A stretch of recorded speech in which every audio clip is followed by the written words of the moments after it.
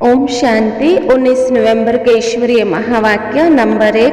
पतित पावन बाबा आए हैं पावन बनाकर पावन दुनिया का वर्षा देने यानी प्रॉपर्टी देने।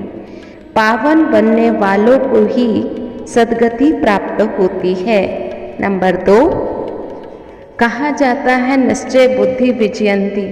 तो जिन बच्चों को यह निश्चय ही नहीं कि हमको पढ़ाने वाला बेहद का बाप है, तो उनका योग भी नहीं लगता, वो पढ़ाई भी नहीं पढ़ते, वो भोगी के भोगी ही रह जाते हैं।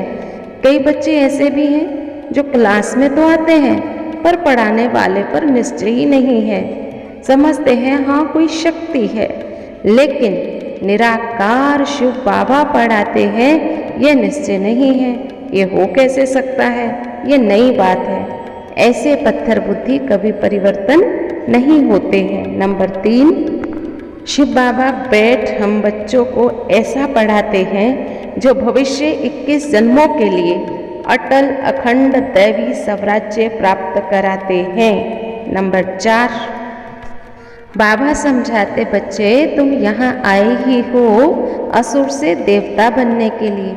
आपको पता होना चाहिए ये इंद्रप्रस्थ है। कई असुर भी छिप कर के आकर के बैठते हैं, लेकिन बाबा कहते बच्चे हम तुमको ज्ञान अमृत देते हैं, कहते हैं पावन बनो।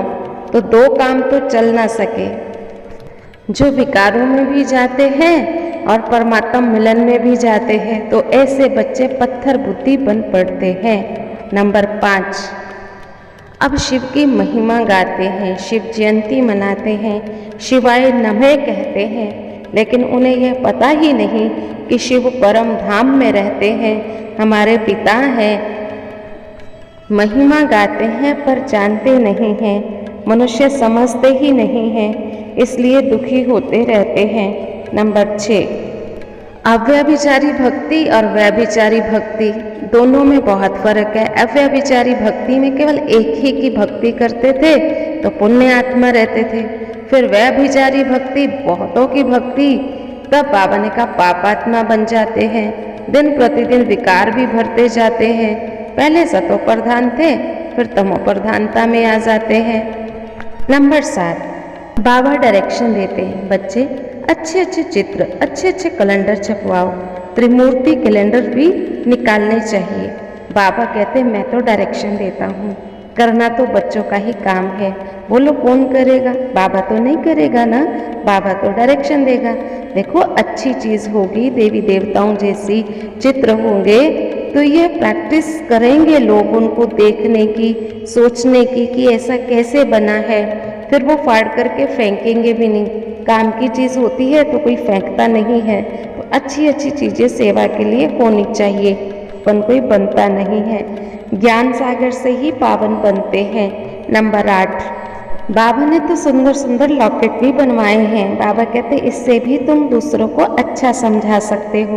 बाकी हाँ ज्ञान तो समझेंगे तो सजाओं से बच जाएंगे, अगर नहीं समझते हैं सजाएं तो खानी पड़ेंगी। देखो कहते थे भगवान आओ मुक्ति दो, कितना पुरुषार्थ करते थे। अब परमात्मा आकर अपनी पहचान कराता है तो फोटो में कोई ही उनके पास आता है। नंबर 9।